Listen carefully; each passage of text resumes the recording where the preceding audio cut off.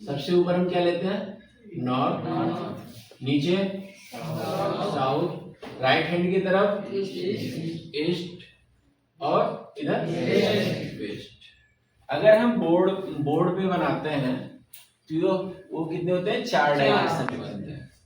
लेकिन pipe line में हमारे जो डायरेक्शन होते हैं वो कितने होते हैं, 6 होते हैं। इसीलिए हम उसको आइसोमेट्रिक में बनाते हैं। आइसोमेट्रिक का मतलब होता है 30 डिग्री पे झुका कर बनाना, ठीक है। अगर हम नॉर्थ को 30 डिग्री पे झुकाते हैं तो नॉर्थ किधर हो जाता है, इधर। और दूसरी तरफ जो डायरेक्शन होता है वो कौन सा होता है, साउथ। फिर यहाँ पे हम देखते हैं वेस्ट। वेस्ट को हम 30 डिग्री और झुका दो तो ये कहां चला गया, वेस्ट, इधर। दूसरी साइड में कौन सा आ गया, ईस्ट। अब ये हमारे 4 डायरेक्शन सेट हो गए। ऊपर की तरफ हमारा अप डायरेक्शन और नीचे की तरफ डाउन डायरेक्शन। तो ये 6 डायरेक्शन है।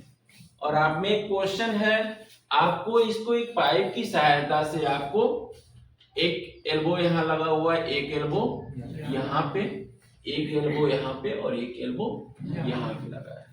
तो इस डायरेक्शन की मदद से आप इस को हम समझते हैं।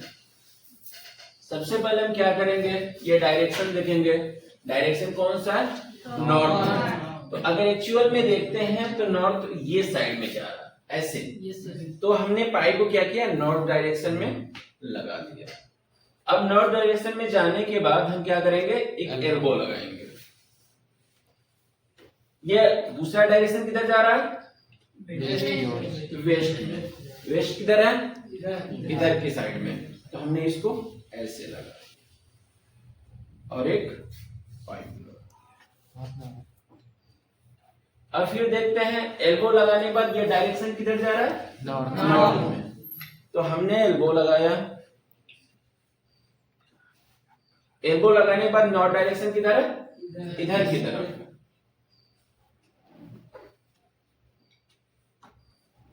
फिर आगे हम देखते हैं, एक एल्बो लगाते हैं। एल्बो लगाने के बाद फिर हम डायरेक्शन देखते हैं, डायरेक्शन किधर जा रहा है, वेस्ट साइड में। वेस्ट किधर है, सामने। फाइनल क्या देखते हैं, फिर यहाँ एल्बो लगा के डायरेक्शन किधर है, डाउन की तरफ।